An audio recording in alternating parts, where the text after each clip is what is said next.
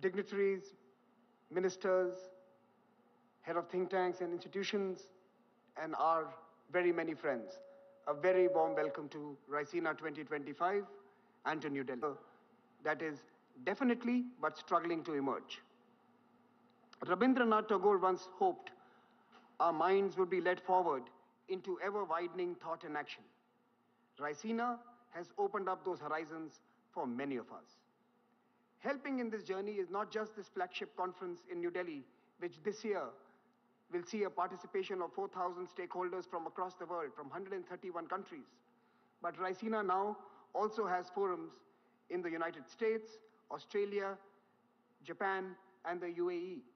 This year, the Honorable Prime Minister, during his visit to France, also announced the launch of the Raisina Mediterranean, which we will host in Marseille. We have broadened our audience in other ways as well. Our Young Fellows program has been running for 15 years. In fact, it predates the dialogue. Our alumni, we have counted 2,500 so far in 130 countries, are helping change the world through leadership positions in government, business, media, and civil society. At our Raisina Forum for the Future of Diplomacy, early career diplomats gather to build the bridges needed in this complex new era. We have now 200 of these early career diplomats. Raisina Platforms also introduces young scholars to the important policy debates of our time. This year, our Global Student Challenge has assembled teams from 60 top-rated universities and schools across the world. And our Raisina Hackathons saw the participation of 2,500 young people from 90 higher education institutions in Indian cities. The 10th edition of the Raisina Dialogue is as much an occasion for looking ahead as it is for reflecting on the road traveled. Our theme this year, Kala Chakra, the Wheel of Time, reflects this circularity of the past, present, and future that is always evolving. Time is eternal, change is constant, even as politics shifts directions.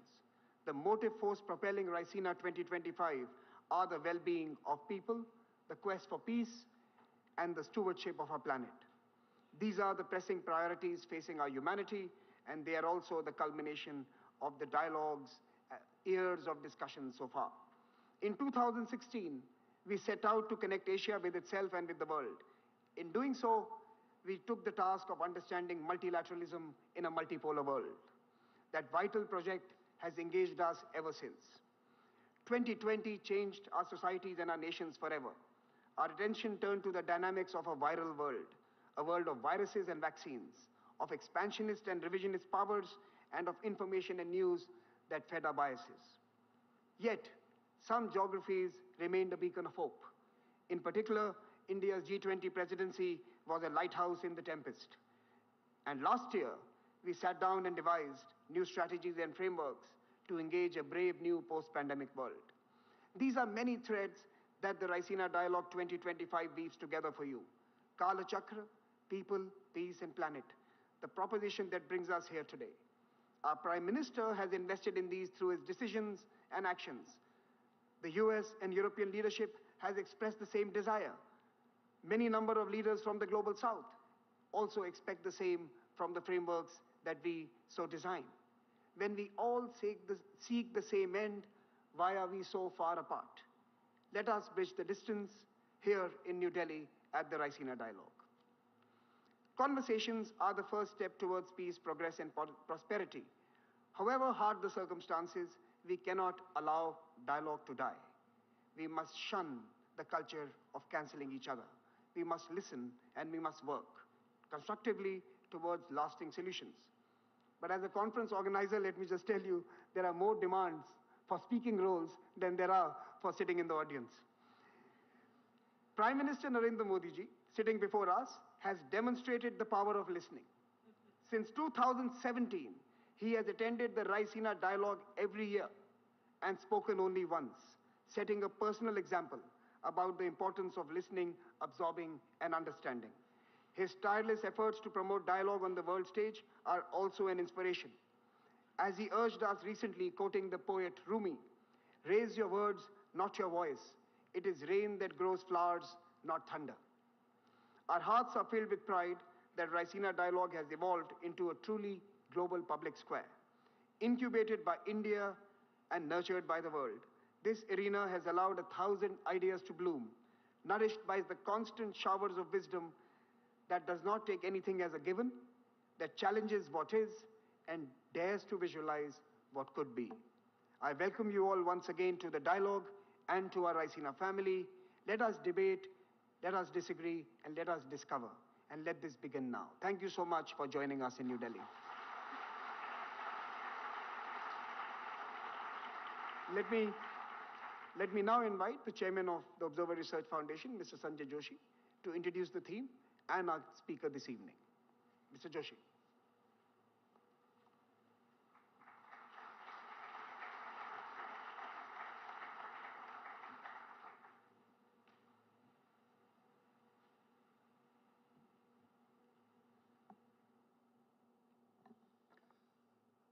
A very good evening to our distinguished guests, Honorable Prime Minister of India, Shri Narendra Modi ji, our guest of honor, Excellency Christopher Luxon, Prime Minister of New Zealand, Honorable External Affairs Minister, Shri Jaishankar, our partners from the Ministry of External Affairs and all the other ministers, admirals, generals, speakers and delegates, and the audience which is gathered here, distinguished members, many of whom are also joining online. Welcome to Raisina 2025. When conflicts challenge order, when we struggle to make sense of the road ahead, we seek anchor in metaphors and in symbols. I remember, last year, when conflicts were raging in Europe and West Asia, we had assembled Raisina under the banner of Chaturang, that ancient board game of war and craft. This year, as conflicts nudge themselves towards a peace which sometimes seems more conflicted than the wars itself, the theme chosen is Kal Chakra, the wheel of time. First of all, the metaphor of the wheel actually challenges the linear notion of the arrow of time as something which is constantly moving forward inexorably towards progress and growth. The chakra, gives no such false assurances. The unending progress of any civilization, of any nation or race, or manifest destiny of anyone is not guaranteed by any cosmic order. We repeat mistakes, our best intents lead to consequences we never intended, and order frequently does descend into chaos. The chakra actually signifies a motion which is far more complex than the circular monotony of a wheel. It is about cycles of decay and cycles of renewal. It is about the dance of the planets, which is set in motion by a balance of mutually opposite forces. There's a centrifugal force that, left to itself, can cause the dance of the stars to unravel. They can just be flung out of course. And opposing it is a centripetal force, always recentering things, pulling things towards the center. Should that centripetal force run riot, the system starts imploding, collapsing upon itself into a black hole which sucks up everything, mass, energy, to end in a dead world from which even light cannot escape. At one extreme of the spinning vortex of time is a fragmenting order, which is called the mandal, the fragmenting pattern, tearing apart the cohesion of societies, disrupting the environmental balance, hyper-individualism, ecological collapse, dissipating into a world of entropic decay. At the other end lies a collapse mandal, the collapse pattern, overly rigid, homogenized, a world of authoritarianism and ecological monocultures, where over-integration stifles innovation, and instead of change and evolution, even time freezes unmoving. So central to this whole idea of Kal Chakra, which is a theme of this conference, is the idea of impermanence. No state, thankfully, lasts forever. For each contains the the seed of its opposite. That makes it not just a non-linear system, it also makes it a non-binary system. A non-binary system cannot be understood in very mechanistic, dualistic terms. It cannot be understood in terms of black and white. There's too much color in it. Because to do that is to lose nuance, to be unable to understand the nature of complexity and be defeated by complexity. So Vasudeva Kutumbakam, which our Prime Minister keeps on urging, is that ideal in the cosmic order. One that is offered as an all-encompassing guide for a world that is impermanent, interdependent, and infinitely interconnected. In truth, everything around us, is this dance of Kal, time, and Mandal, which is order. And that fundamentally challenges humans. Remember, in Buddhism, ultimately, this calibration between the two is not defined as a goal. It is defined as a practice. It is something which must be kept on constantly. It is not an endpoint. And to do that, it challenges conscious humans, thinking humans, to engage through thought and through action to practice bringing that order back together again, that balance back together again. So we meet to celebrate a decade of Raisina in 2025, to examine precisely that world of thought and action, which helps us recognize that every movement, whether tightening into unity or fraying into disorder, also contains the seed of its opposite. In the final analysis, in the Kal Chakra, neither order nor chaos are endpoints. They're merely transitory phases which demand recalibration. And recalibration is a time for sometimes difficult and unconventional decisions. So at ORF, we extend our welcome and best wishes to everyone here for 3 days of the most thought-provoking conversations. And I'm delighted this year to present His Excellency Christopher Luxon, the Prime Minister of New Zealand. Sir, Kal Chakra is about change. And as a corporate leader, you have led change. You transformed Air New Zealand into one of the world's most successful and respected carriers.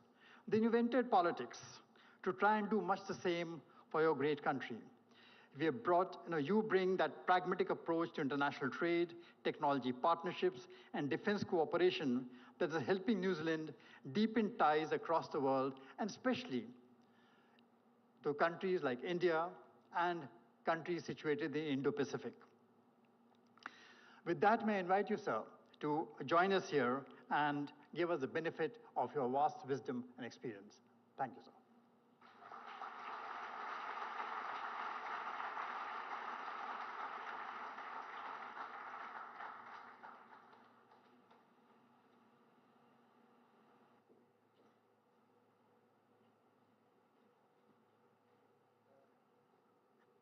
Namaskar, Sat Sri Akal, Kia ora, and good afternoon, everyone. What an absolute honour it is to stand on this stage to inaugurate this august dialogue with none other than the Honourable Prime Minister Modi. My good friend, can I say thank you so much for generously welcoming me to India and for our very warm discussions that we had this morning. I'm a great admirer of your extraordinary achievements as Prime Minister, as you know. In the almost 11 years that you've occupied the Prime Minister's office, you have weathered the COVID storm and still managed to expand India's economy by 50%. You have lifted 250 million of your countrymen out of poverty and eliminated extreme poverty. And today, India is at the leading edge of technology with massive innovative potential.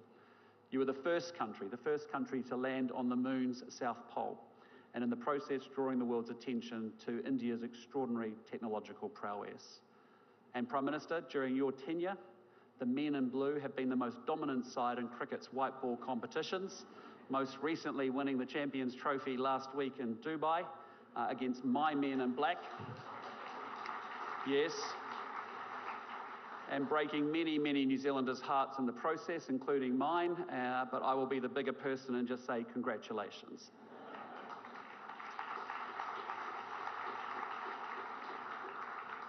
Among this catalogue of achievements is the reason that we gather today, the Raisina Dialogue, a forum that provides a moment every year for thought leaders from across the world to focus their collective minds on the contemporary strategic challenges being navigated right here in the Indian Ocean.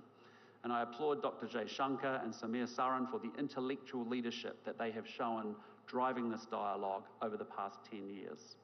It has grown into a hugely influential forum. And look no further than the luminaries that you attract. 6 former heads of government and ministers from over 30 countries and representation from so many more here today. And I just hope that my remarks today add to the debate in some small way. Ladies and gentlemen, it is more than 200 years since Indians and New Zealanders began living side by side.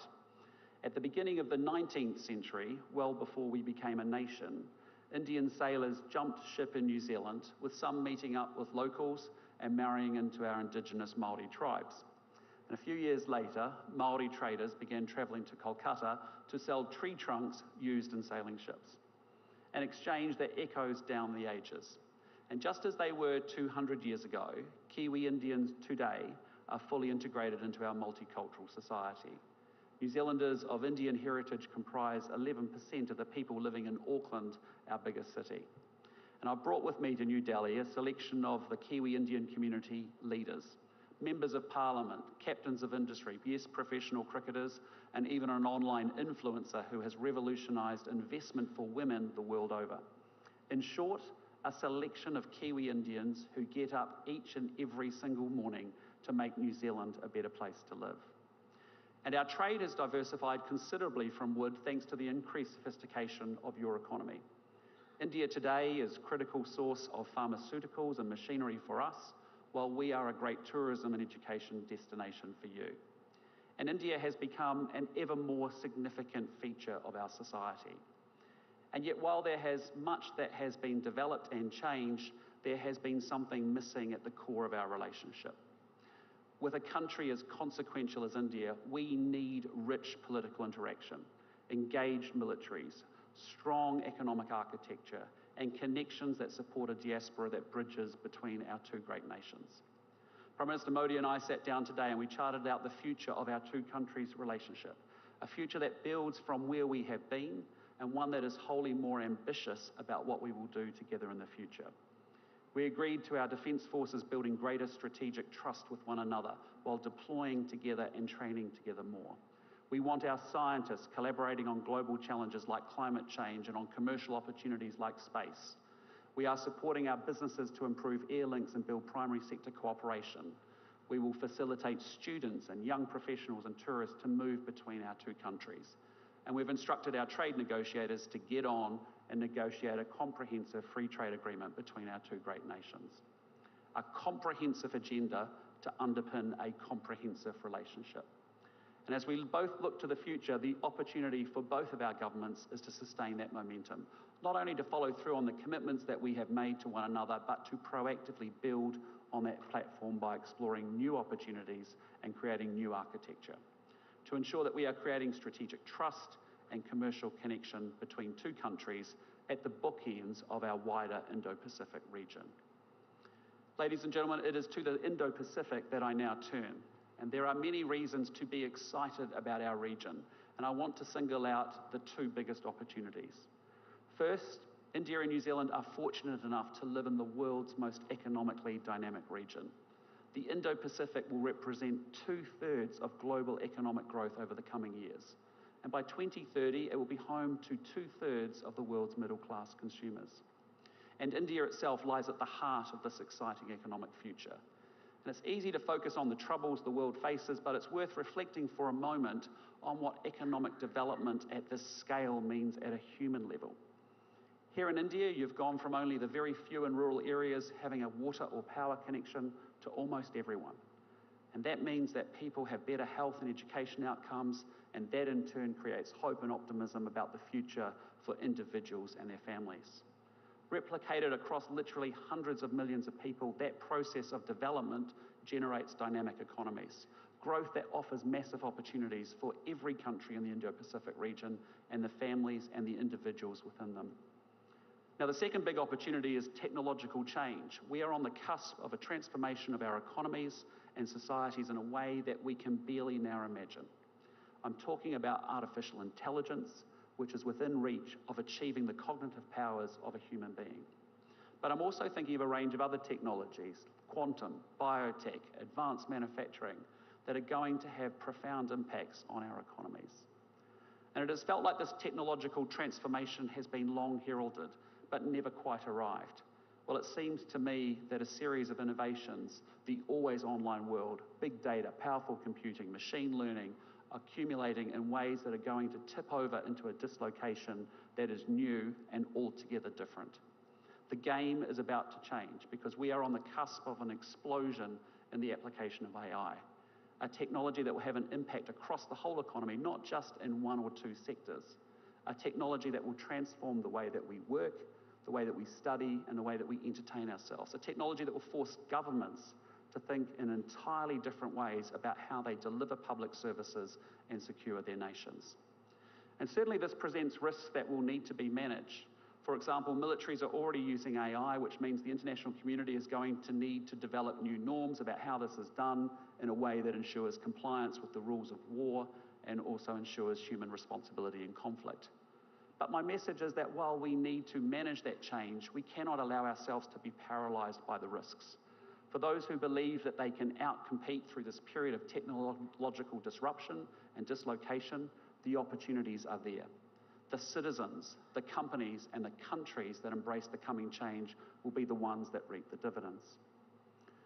Yet there's also no doubt that there are fundamental trend lines in the Indo-Pacific that present geostrategic risks to both growth and prosperity. And these have long-term drivers that are not going away and have been amplified by recent events. Past assumptions that underpin the previous generation's geopolitical calculations are being totally upended.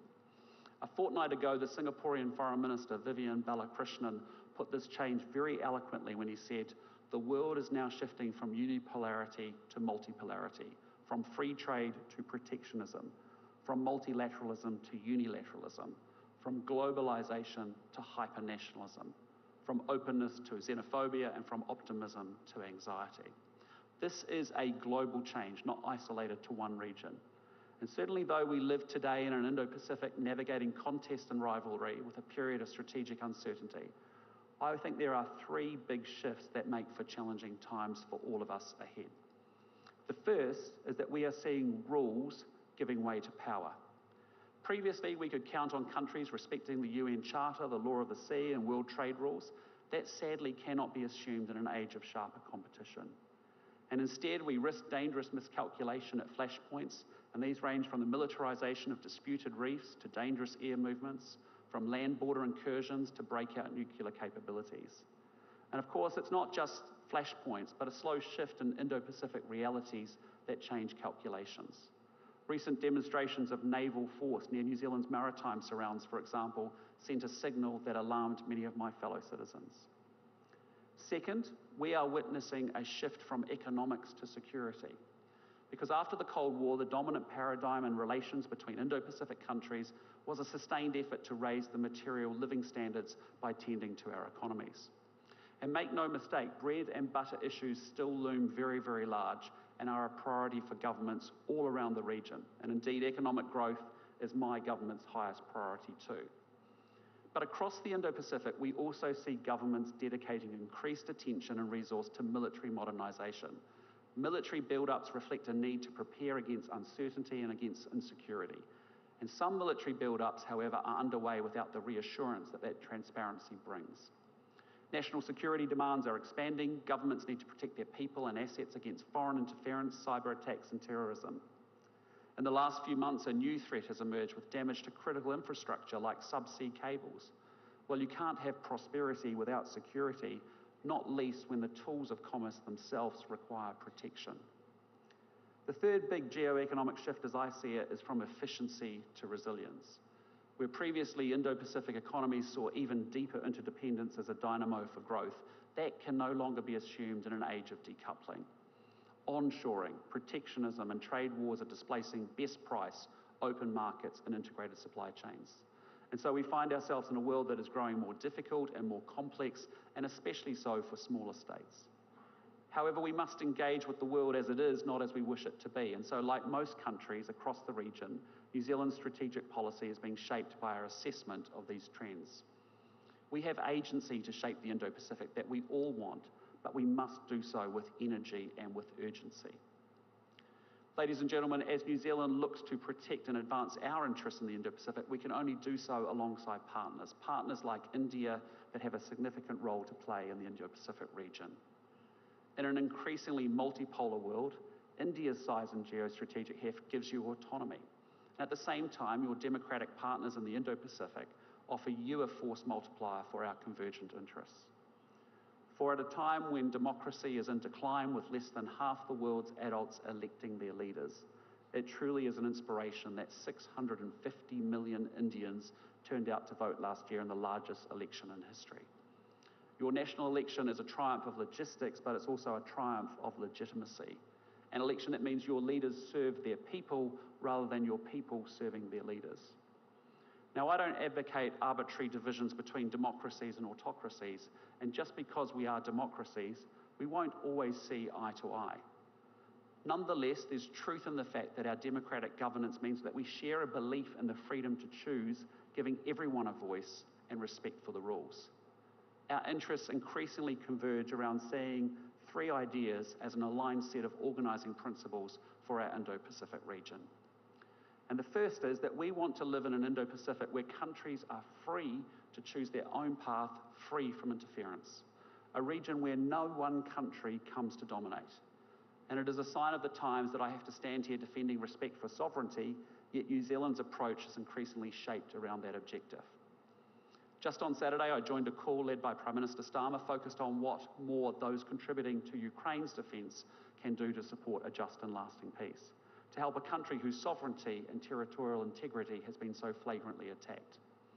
And in my own home region, our fellow Pacific neighbours are navigating geostrategic dynamics that are their sharpest in nearly 80 years. And in a deeply contested world, Pacific partners are being asked to make choices that may undermine their national sovereignty.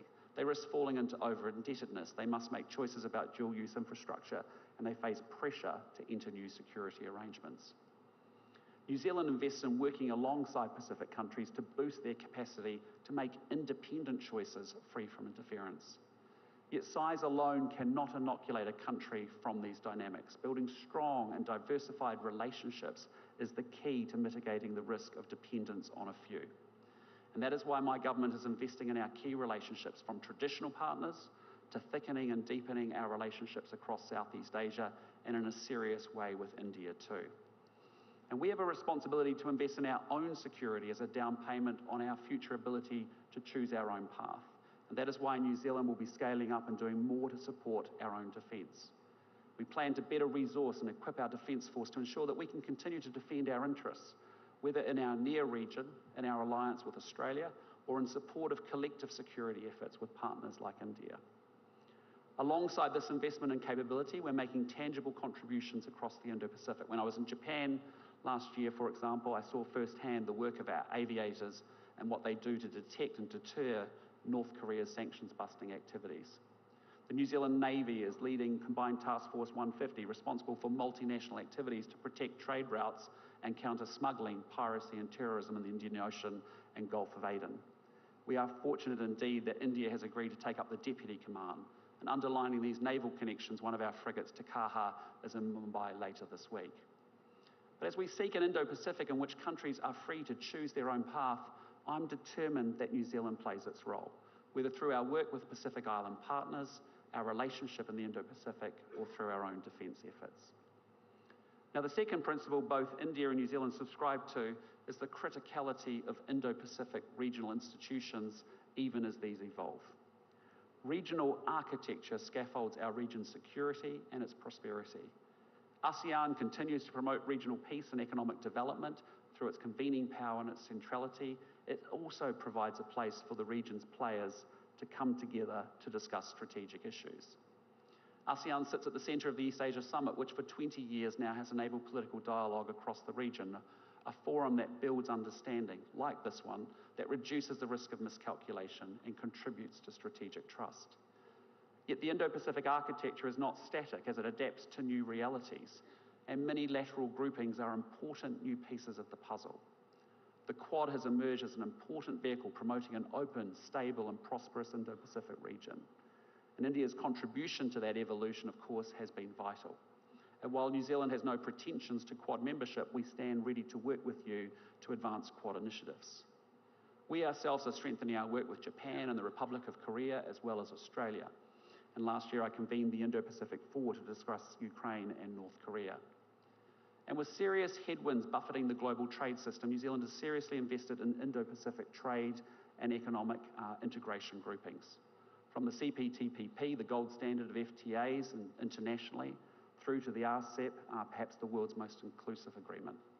And we welcome India's engagement in the regional economic architecture with our work together in the Indo-Pacific Economic Framework, important in an area in which we seek to build one another's resilience. And the third Indo-Pacific principle that we align around is a region in which respect for the rules is foundational. Globally, rules are being undermined, whether those around territorial integrity, freedom of navigation, or laws of war. Yet these are the very rules that preserve an Indo-Pacific order that is not might is right alone. And as I've said before, there is no prosperity without security. The rules that underpin our security also allow our businesses to operate with great certainty, and those rules deliver daily in meaningful ways for our people and our populations. For example, 1 in 4 jobs in New Zealand rely on exports, and our exporting businesses being able to depend on the predictability that those rules deliver. And in a miracle that's only possible thanks to globally accepted aviation standards, 120,000 flights carry 12 million passengers and operate safely between their destinations each and every day. These rules shape the character of our region, and we must remain committed to this rules-based system even while acknowledging its very shortcomings. And it is a truism that the world of 2025 is vastly different from 1945, and our global institutions sadly have been way too slow to adapt. So we're not talking about starting over by remaking the global order. Instead, I tend to agree with Dr. Jaishankar when he says that we want an order in which change is evolutionary at a pace that is comfortable and steady. And that's why New Zealand supports reforming global governance frameworks to better reflect today's realities.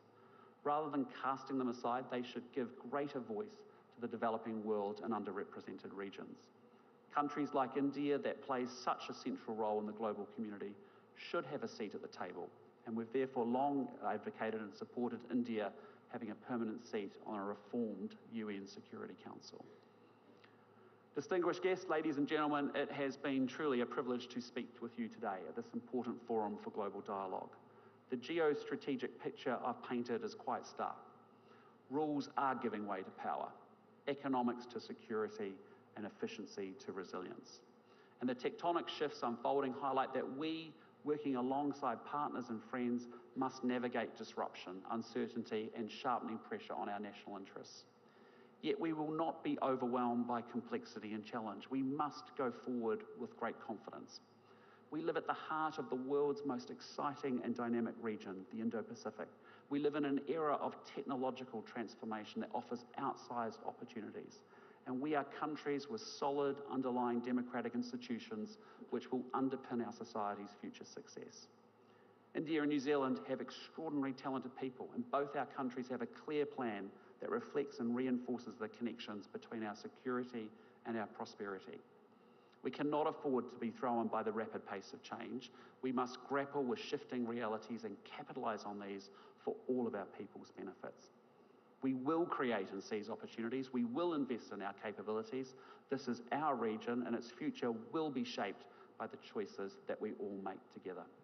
Thank you, ngā mihi nui, and dhanyavad. Thank you very much.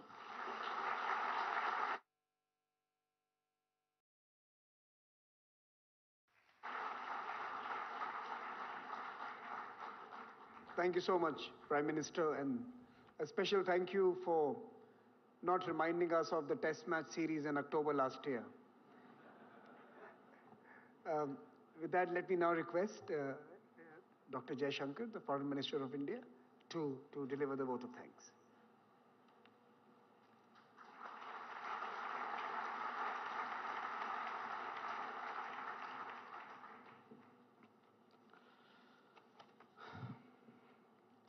Good evening.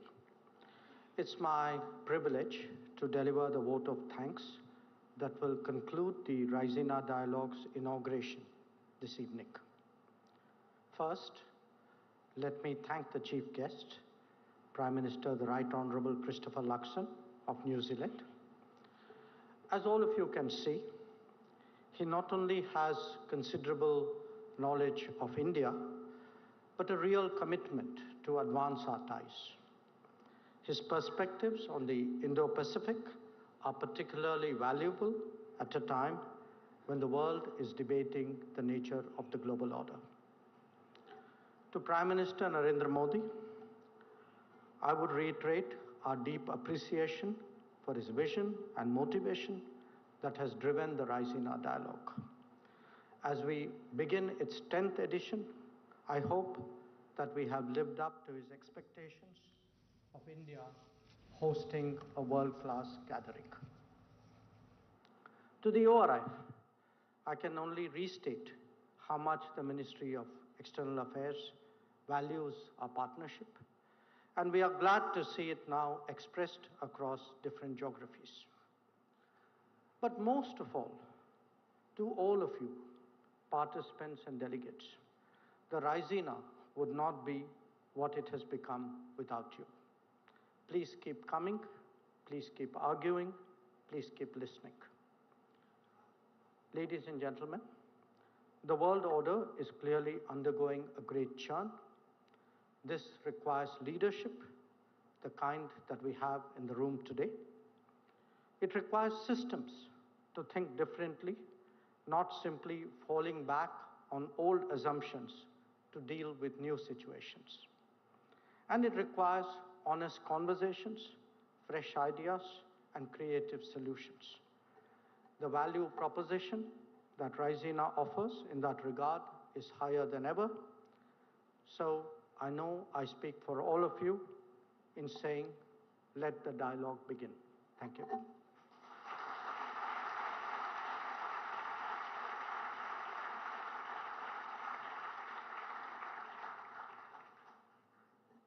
Ladies and gentlemen, we'll now remain seated as the VIPs exit the room.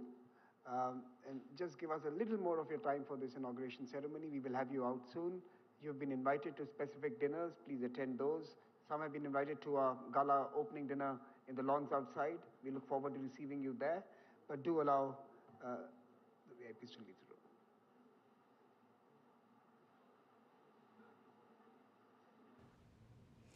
तो आप सीधे दृश्य देख रहे थे Raisina dialogue से। भारत का प्रमुख कूटनीतिक सम्मेलन रायसीना डायलॉग आज से शुरू हो गया है, जो 19 मार्च तक चलेगा। अपने आप में बेहद महत्वपूर्ण है। जो इसकी थीम है वो भी